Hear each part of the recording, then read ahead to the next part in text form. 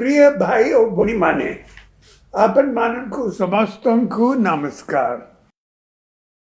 आपण मानको आशीर्वाद रे 2000 मसीह मु ओडिशा मारो सेवारो सुजग पाई महाबात्या परिस्थिति ओ दुर्बल अर्थव्यवस्था मो पाई सबुठारु बड़ चैलेंज थिला।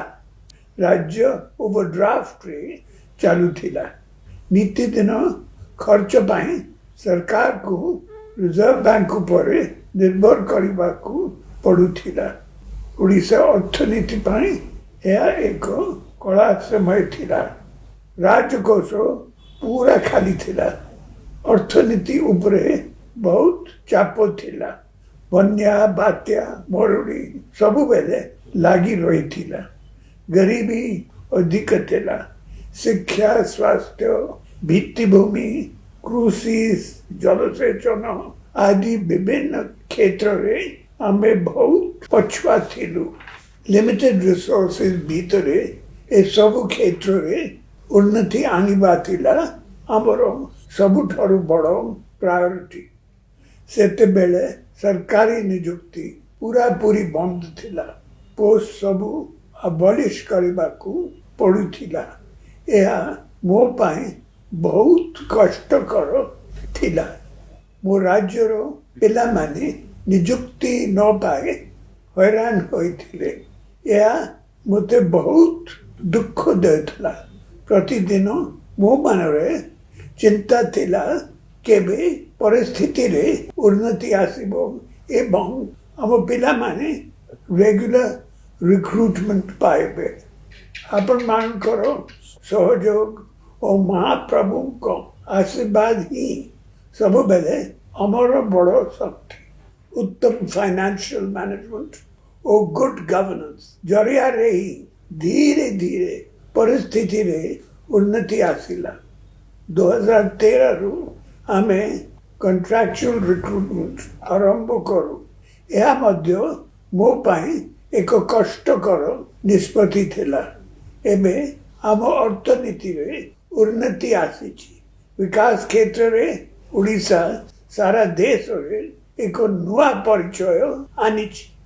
गत वर्ष आमे कॉन्ट्रैक्चुअल रिक्रूटमेंट को चेंज करी इनिशियल अपॉइंटी करिथिलु।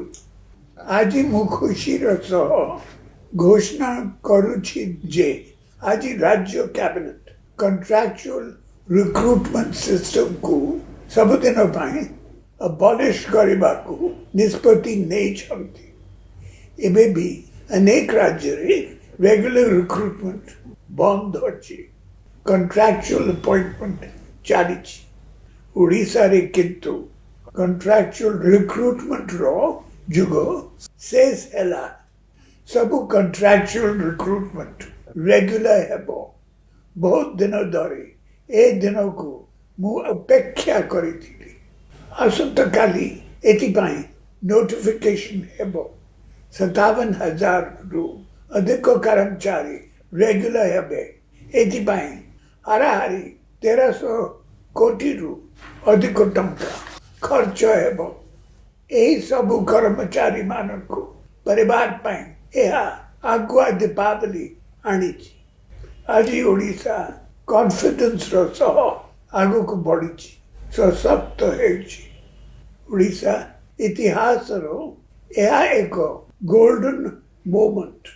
सरकारी कर्मचारी माननको मोर अनुरोध आपण माने समस्ते भलो काम करतु।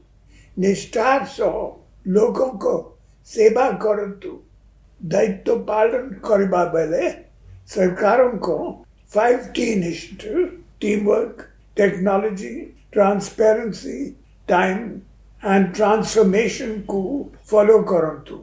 सरकार को परिचय को आगुरी उज्जवल करतु एवं ओडिशा रो रूपांतर रे निजर गुरुत्वपूर्ण अवदान रखतु। वंदे उत्कल जननी।